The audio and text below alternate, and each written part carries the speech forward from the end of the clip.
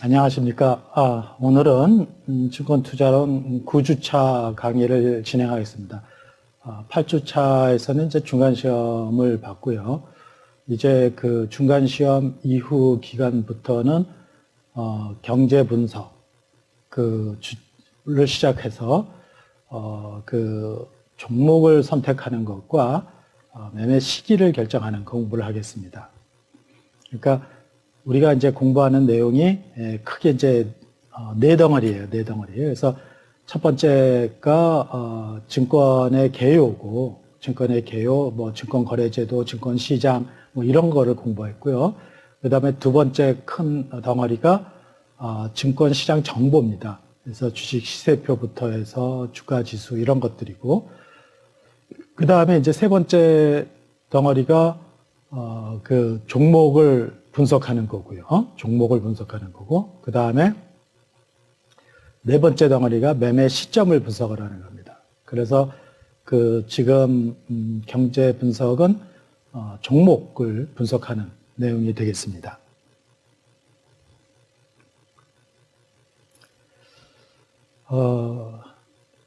지난 시간에 공부했던 내용은 이제 주가 지수에 대한 거였는데요. 주가 지수에 대한 내용을 좀 간단히 리뷰를 하고 들어가도록 하겠습니다. 주가 지수는 증권 시장 지표 중에서 이제 가장 많이 이용하는 그런 지표가 되겠고요. 그 다음에 주가 지수는 그 의미가 기준 시점의 주가 수준에 비해서 현재 비교 시점이죠. 현재의 주가 수준이 얼마인가를 나타내는 값이다 이겁니다. 그래서 우리나라는 이제 100을 기준으로 하고 있습니다만 종목 그 주가 지수의 종류에 따라서는 100이 아닌 경우도 있습니다. 그래서 코스닥 같은 경우는 우리나라는 1000이죠, 1000. 코스피는 100이지만 주가 지수를 산출할 때 중요한 두 가지 과제가 있는데, 하나는 주가 지수를 산출하면서 몇 종목을 포함을 시켜서 할 거냐는 거고요. 또 하나는 그렇게 몇 종목을 대상으로 할 것인가가 결정되면은 평균 주가를 구해야 되는데 평균 내는 방법을 어떻게 할 것인가 하는 것이 되겠습니다. 그래서 이제 표본을 선택할 때는 전체 종목을 대상으로 하는 경우가 있고요. 그 다음에 일부 종목만 대상으로 하는 경우가 있습니다. 또 평균 주가를 산출하는 방법으로는 단순 평균 방식과 가중 평균 방식이 있는데요. 단순 평균 방식은 다우 지수가 그런 식으로 처음 산출했기 때문에 다우식이라고 하고요.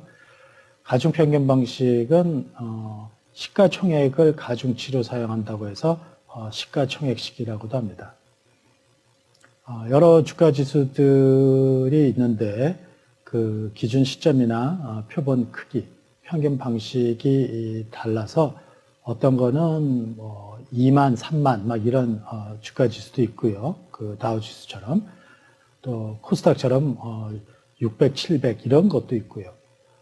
이런 경우에는 주가 수준 자체가 높고 낮은 것이 중요한 것이 아니고 대개 전일 대비 또는 뭐 지난주 대비 이런 식으로 그 변화율에 대해서 중요한 의미를 부여하기 때문에 수준은 그렇게 중요한 게 아닙니다.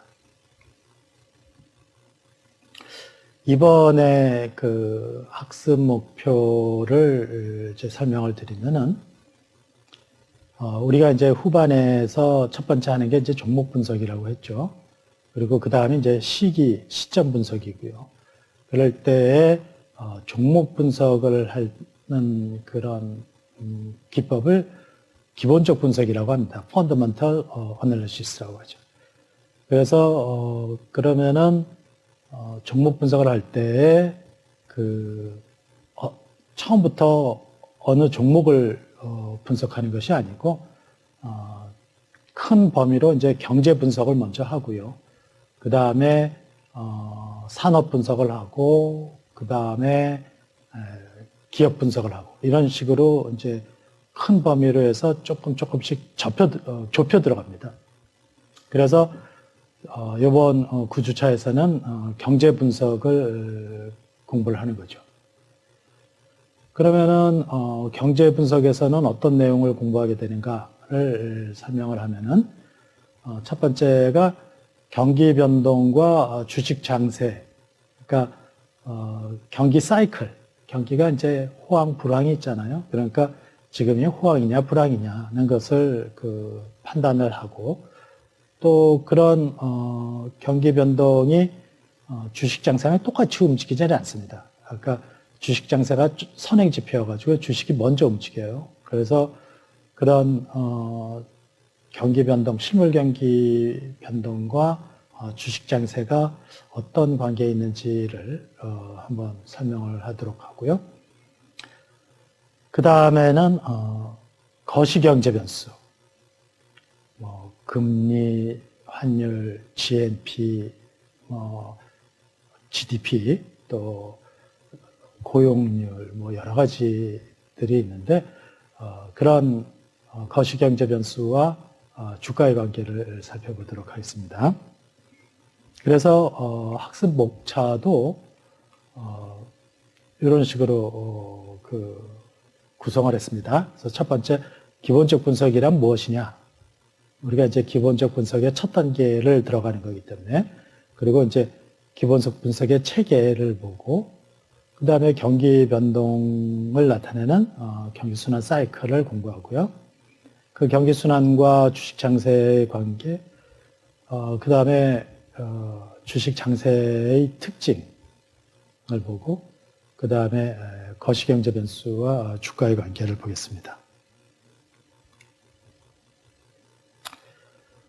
기본적 분석이란 무엇이냐 하는 것인데, 우리가 이제 증권 투자를 위한 기법으로 두 가지를 이용을 합니다.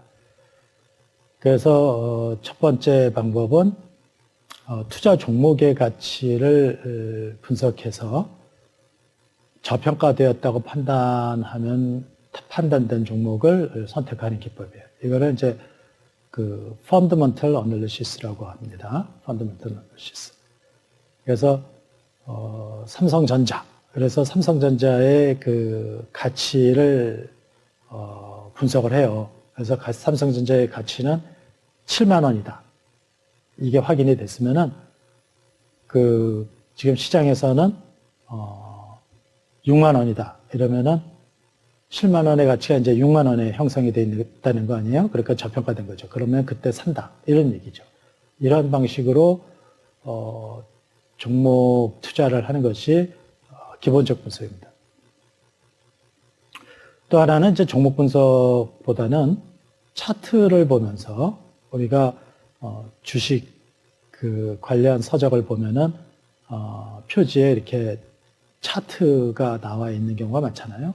그래서 그런 차트를 보면서 요 시점이 사야 될 시점이다. 요 시점이 팔아야 될 시점이다. 라고 분석을 하는데, 그런 방법으로 투자를 해나가는 것을 기술적 분석이라고 합니다. 그래서 테크니컬 어널리시스라고 하죠. 테크니컬 어널리시스. 그래서 증권 투자를 위한 기법이 크게 두 가지가 있는데, 하나가 기본적 분석, 하나가 기술적 분석. 그래서 우리가 중간 시험부터 이제 중간 시험 끝나고 기말 시험 볼 때까지 할 내용이 이 두 가지예요. 그래서 전반부에서는 기본적 분석, 후반부에서는 기술적 분석을 공부하게 됩니다. 기본적 분석을 우리가 이제 다루는 건데요. 이번 시간, 다음 시간, 그 다음 시간까지 아마 기본적 분석을 공부하게 될 겁니다. 그래서 기본적 분석은 어떤 종목을 선택할 것인가 하는 것이 바로 이제 중요한 과제가 되겠습니다. 그래서 관심 종목의 가치를 산출해서 시장 가격과 비교해 가지고 과소평가된 상태면은 매수하고 과대평가된 상태면은 매도하는 거죠. 그래서 예를 들어 삼성전자가 이제 내가 분석 대상 종목이다 이거예요. 그러면은 그 삼성전자의 그 가치를 산출해서 아까 7만 원이다. 그래서 그 7만 원이고 삼성전자의 가치가 7만 원인데 이게 이제 우리가 분석해서 산출한 거예요. 그런데 시장에서 보면은 여기 그 시장 가격과 비교하라고 그랬죠. 그래서 시장 가격이 지금 6만 원이다. 그러면은 어떻게 된 거예요? 그러면 이거는 과소평가된 거죠. 시장에서. 그러니까 요 경우에는 삼성전자 주식을 산 거예요. 사는 거. 근데 만약에 시장에서 8만 원이 돼 있다. 그러면은 이거는 지금 과대평가됐잖아요. 그러니까 항상 지금 당장은 과소평가, 과대평가됐지만 종국적으로는 그 균형 가격을 찾아간다는 게 이 기본적 분석의 전제 조건이에요. 그래서 이 8만 원이 7만 원으로 갈 거다. 그러니까 떨어질 거니까 지금 이건 이제 과대평가된 거죠. 그러니까 지금은 팔아라 하는 거예요. 위에 거는 매수해라 이러는 거죠. 이런 방식으로 투자를 하는 것이 바로 그 기본적 분석인데요. 그런데 여기서는 그냥 관심 종목이라고 하고 우리가 이제 삼성전자라고 간단하게 얘기했지만 그거는 이미 다 알려진 종목이고 내가 그 우리 뭐 개인 투자자들이 이제 그렇게 우량주로 접근을 하는 것이 이제 제일 안전하죠.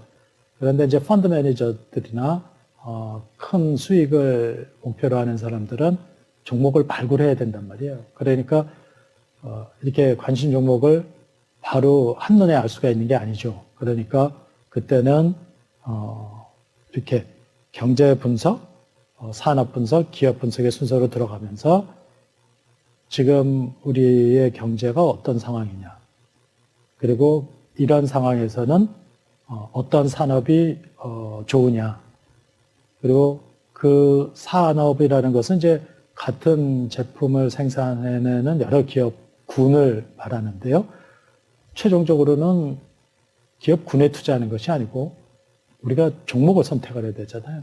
그러니까 그 안에서도 어떤 기업이 좋으냐 하는 것을 기업 분석이라고 합니다. 그래서 경제 분석, 산업 분석, 기업 분석의 이제 순서로 분석하는 것이 그 일반적이다라고 하죠. 이게 반대로 하는 경우도 있어요. 반대로 하는 경우도 있는데 일반적으로는 이렇게 분석을 합니다. 그래서 그거는 이제 기본적 분석에 대해서 주제에서 또 설명을 할 거고 이제 그럼 기술적 분석은 어떤 것이냐? 우리가 항상 기본적 분석과 기술적 분석을 비교해서 얘기를 하는데요. 기술적 분석은 매매 시점을 결정하는 거예요. 그러니까 그 어느 시점에서 매매를 하는 것이 좋으냐. 그러니까 우리가 좋은 종목을 샀다고 해서도 좋은 종목을 골랐다고 해도 거기서 항상 이익을 보는 건 아니잖아요. 삼성전자 주식을 샀다고 해서 그걸로 다 이익 보는 사람들만 있습니까? 아닙니다. 그래서 비싼 가격에 사가지고 그 나중에 더 싼 가격으로 처분할 수밖에 없어서 손실을 보는 사람들도 많아요. 그러니까 사는 시점과 파는 시점이 중요하다. 그래서 그 매수 시기를 결정을 하는데 여기서는 주가하고 거래량을 봐요. 그래서 우리가 보통 이렇게 차트로 이렇게 나와 있는 거는 이제 그 주가에 대한 거지만 요 밑에 이제 거래량에 대한 정보도 이렇게 이제 밑에 그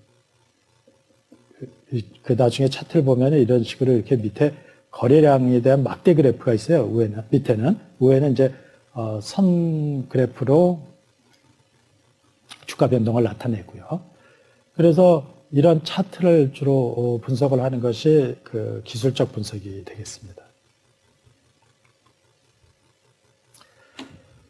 자, 기본적 분석의 체계인데요. 이거는 아까 얘기했지만 주식의 가치를 구해서 시장 가격과 비교한다고 그랬잖아요. 그러면은 주식의 가치를 어떻게 분석을 하느냐? 주식의 가치는 이론적 모형을 통해서 구해요. 그래서 그 가치를 이론적 모형으로 통해서 구한 그 가치를 내재 가치라고 그래요. 내재 가치. 다른 말로도 쓰죠. 이론적 모형을 해석했다고 해서 이론적 가치라고도 하고, 또 결국에 아까 시장 가격이 결국에는 그 진정한 가치로 수렴을 하게 된다. 그렇게 얘기를 했는데, 그러면서 균형이 된다라고 해서 요거를 균형 가격이라고도 합니다. 균형 가격. 요거를 잘 기억을 해두세요. 그래서 이론적 모형을 통해서 구하기 때문에 이론 가치, 또 그 내부에 존재하는 내부의 가치에서 내재 가치라고 하고요. 또 최종적으로 균형을 달성할 때 이루어지는 가격이라고 해서 균형 가격이라고 합니다. 그러니까 이건 다 같은 말이에요. 그랬을 때 이론적 모형으로 구한다고 하는데, 그럼 그 이론적 모형을 어떤 모형으로 볼 수 있느냐? 그래서 재무이론에서는 그 모든 자산의 가치를 미래에 들어올 현금 흐름을 현재 가치로 계산한 거다 이거예요. 근데 빌딩을 갖고 있으면은 거기에서 임대료를 받잖아요. 그러니까 또 택시 운전하는 사람은 택시를 갖고 있으면서 택시 기사들은 택시 운전을 하면서 그로부터 뭘 받아요? 그 운임료를 받잖아요. 또 그러니까 주식을 갖고 있다면은 뭘 받게 된다고 그랬습니까? 배당을 받게 된다고 그랬죠. 배당. 그래서 재무이론에서는 빌딩은 임대료 앞으로 쭉 받는 것의 현재 가치고요. 택시의 가치는 앞으로 받게 될 운임료의 현재 가치예요. 택시비의 현재 가치. 또 주식은 당연히 배당의 현재 가치죠. 그래서 주가를 결정하는 모형은 바로 배당을 현재 가치로 계산해서 평가한 거다라고 해서 여기에 배당 평가 모형이라고 합니다. 배당 평가 모형. 그래서 말은 그렇게 배당 평가 모형이라고 표현을 하고요. 그거를 이제 구체적인 식으로 나타내면 이렇게 됩니다. 주식의 내재 가치 P는 다음과 같이 미래 배당액 D를 할인율 R로 현재 가치로 계산한 거다. 그러니까 이거는 그 내년에 받는 것, 올해 말에 받는 그 배당 D1, 그 내년 말에 받는 D2, 후년에 받는 D3, 4년 후에 받는 D4, 이런 것들이 무한히 계속돼가지고 이것의 현재 가치가 바로 주식 가격이다 이거예요. 그러면 1년 후에 들어오는 거는 이렇게 한 번 할인하고, 요거는 2번 할인하고, 요건 3번 할인하고, 이런 식으로 해서 이걸 다 더해서 주가가 된다 이거예요. 뭐 이제 화폐의 시간 가치로 해서 현재 가치에 대한 설명은 우리가 이제 재무 관리에서 합니다. 그래서 혹시 그 기업 재무를 안 들은 사람들이 있을 수 있는데, 그 나중에 기업 재무를 듣도록 하시면은 이런 내용을 더 자세히 공부할 수 있을 거예요. 그런데 여기서는 우리가 이제 기업 재무가 아니니까 이게 재무관리, 기업 재무의 후속 과목이기 때문에 먼저 여기서는 이렇게 정도만, 요 정도만 설명을 하겠습니다. 그래서 아무튼 주식 가격은 배당의 현재 가치다라고 하는데 문제는 기업은 언제까지 존속해요? 무한히 존속한단 말이에요. 이게 4년 후에 삼성전자가 망하고 또 5년 후에는 현대자동차가 망하고 이러지 않잖아요. 그냥 무한히 계속된다 이거. 그러면은 이런 생각도 들죠. 어떻게 무한히 계속되냐. 지구가 멸망할 수도 있는데. 그렇게 물론 이론적으로는 무한히 계속되지는 않지만 반증이 없으면은 지금 곧 망한다는 증거가 나타나지 않으면은 무한히 간다고 보는 거예요.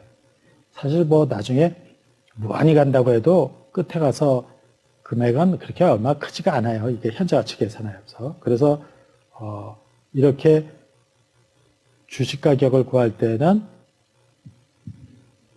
T는 1부터 N까지 가는 게 아니고 이게 무한대예요. 무한대 사실은. 그래서 무한대만큼 가는 것을 더하는 것이다 라고 보는 겁니다.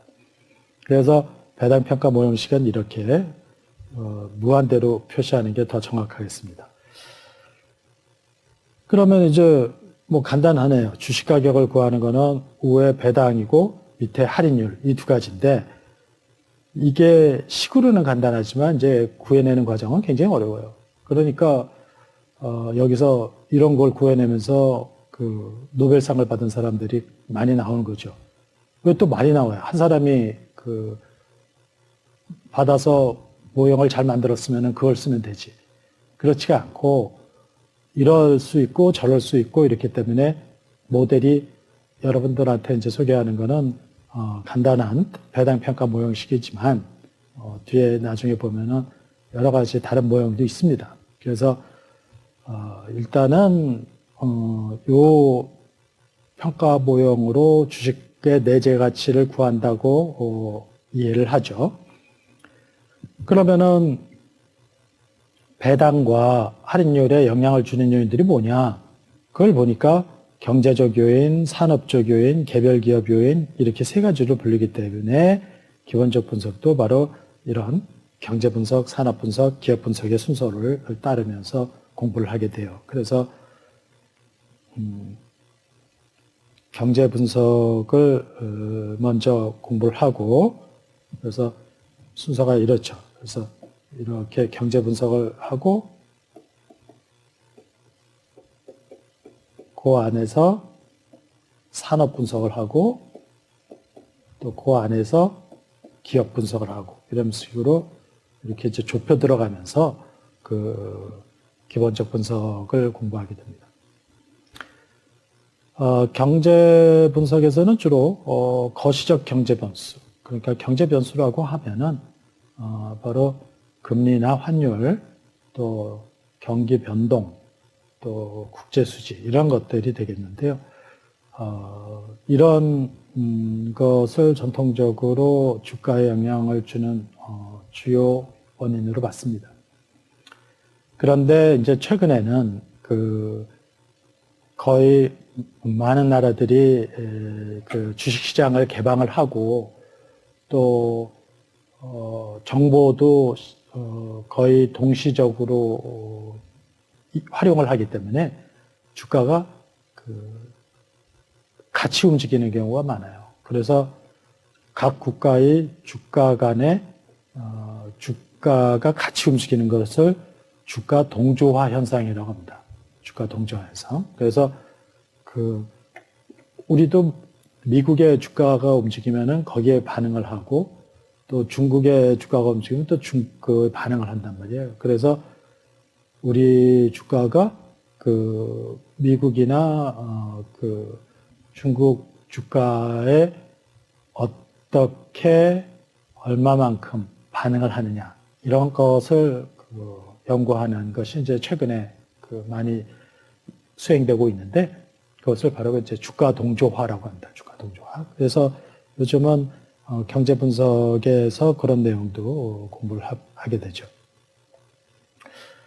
그리고 산업 분석에서는 어떤 내용을 하냐면은 그 산업의 특징이 있지 않습니까? 그러니까 자동차 산업 이러면은 그 노조의 파업 이런 것이 많이 우리나라 같은 경우는 많이 떠오르는데 그런 것도 그 자동차 산업의 특성이에요. 유통업, 금융업 이런 데는 그렇게 그 노조 파업이 많지가 않잖아요. 그러니까 자동차 산업의 그 특징으로 그런 노조 파업이 하나가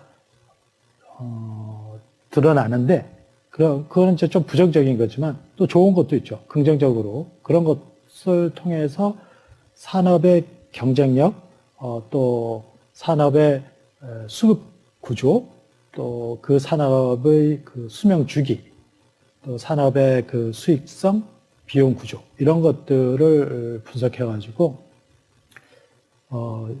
관심 종목, 아까 관심 산업, 그러니까 유망 산업을 찾아내는 것이 바로 이제 산업 분석의 내용이 되겠습니다. 이외에도 그 산업 내에서 그 경쟁 관계가 어떤지 또 독과점이면은 어떤 기업이 그 산업을 주도하고 있는지 이런 것도 바로 산업 분석의 주된 내용이 되어 있습니다.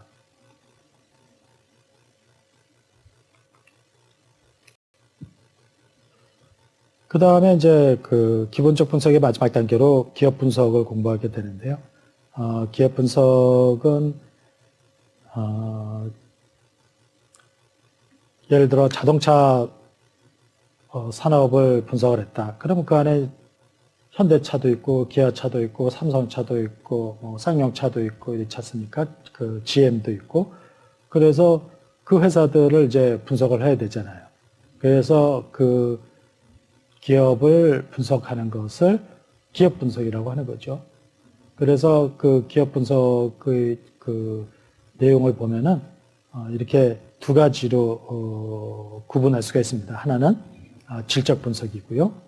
하나는 양적 분석입니다. 그래서 질적 분석은 이제 정성적 정보를 분석하는 거고요. 양적 분석, 계량적 분석은 이제 정량적 그 숫자를 분석하는 거죠. 그래서 질적 분석에서는 계량화하기 어려운 기업의 자료를 분석하는 것인데 예를 들어서 이제 사업 내용, 그래서 이 사업은 앞으로 전망이 있겠다. 또 그렇지 않겠다라는 것을 판단을 하는 거고요. 또 하나는 기업력, 기업이 역사, 기업의 역사죠. 그러니까 기업이 얼마만큼 오랜 동안 버텨왔는지, 존속하고 있는지, 그리고 어떤 그 과정을 거쳐서 지금까지 왔는지 이런 거를 공부하는 것이 이제 질적 분석이고요. 또 경영진의 자질. 그래서 경영진이 그 얼마나 건전한 그 경영 방식을 하고 있는지, 또 경영진이 그 공부를 어떻게 했는지 이런 것도 이제 중요한 요인이 돼요. 그래서 어떤 분야에 관심이 있는지, 또 경영진이라고 해서 다 그 건전하고 기업만 생각하고 있는 사람이 있는 게 아니에요. 그 기업 돈을 빼돌려서 횡령도 하고 기업은 껍질만 남겨놓고 자기 돈만 챙겨가고 이런 사람들도 있기 때문에, 또 자본 계열, 그러니까 그거는 어떤 자본을 조달해서 쓰고 있는지 이런 것들을 분석하는 거죠. 중요한 내용이에요. 질적 분석도. 그런데 사실 이게 계량적으로 모델화되어 있지 않다 보니까 우리가 공부하면서 가르치기는 좀 어려운 내용이죠. 그렇지만 이제 양적 분석은 주로 기업의 재무제표를 통해서 계량적 분석을 하다 보니까 모델화되어 있고 해석도 일정하죠.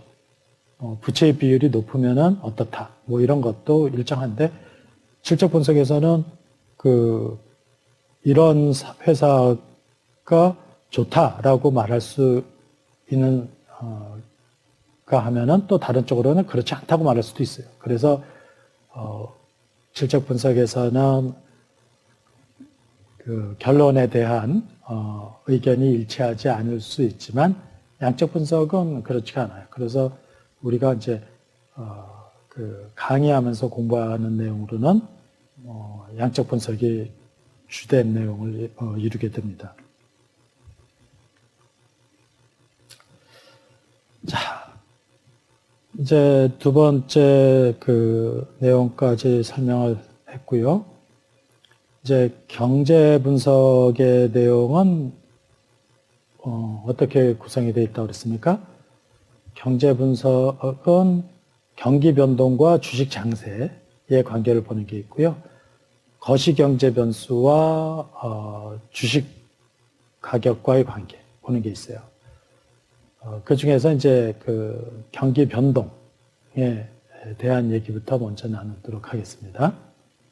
그래서 경기 변동이 뭐냐라는 건데, 경기 변동은 이제 자본주의 경제는 장기적으로 그 성장을 지향을 하지만 그렇다고 해서 계속 오르기만 하면 되지가 않아요.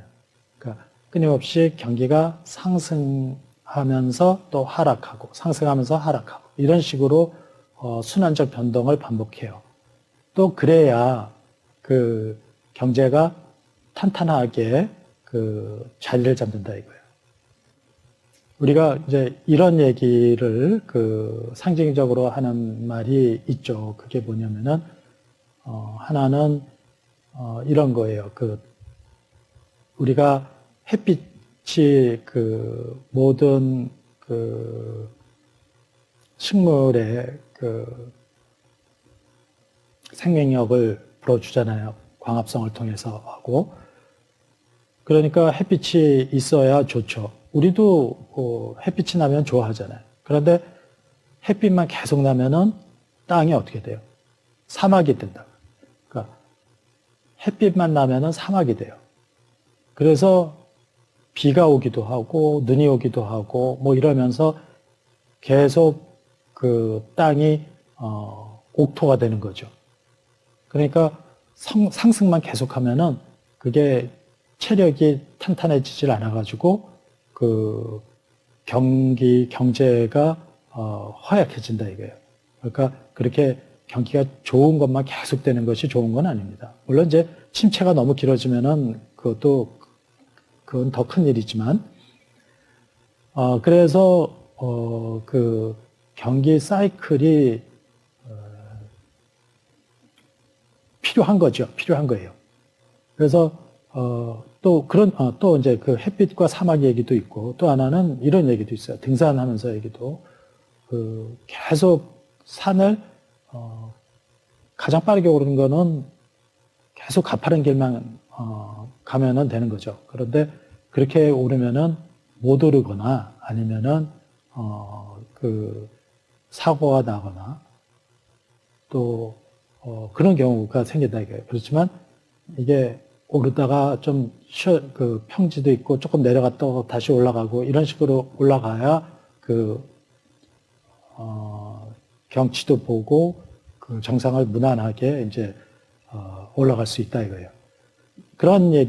이런 얘기들이 다 그 경기 변동이 왜 우리가 이제 이런 생각을 하잖아요. 경제가 계속 좋아지면 좋 텐데 너무 그 경기가 화랑이 되면은 정부에서는 이거를 조금 막으려고 그래요. 왜냐하면 이제 물가 상승이나 뭐 부작용이 많이 생기기 때문에 그래서 막으려고 하기 때문에 주가가 내려오고 그리고 또 내려오던 것이 너무 많이 내려오면 안 되니까 또 다시 올리고 이런 식으로 해서 사이클을 이룬단 말이에요. 그래서 이렇게 그 사이클을 이루면서 이렇게 올라가는 것이 모든 그 경제 변수들이 이렇죠.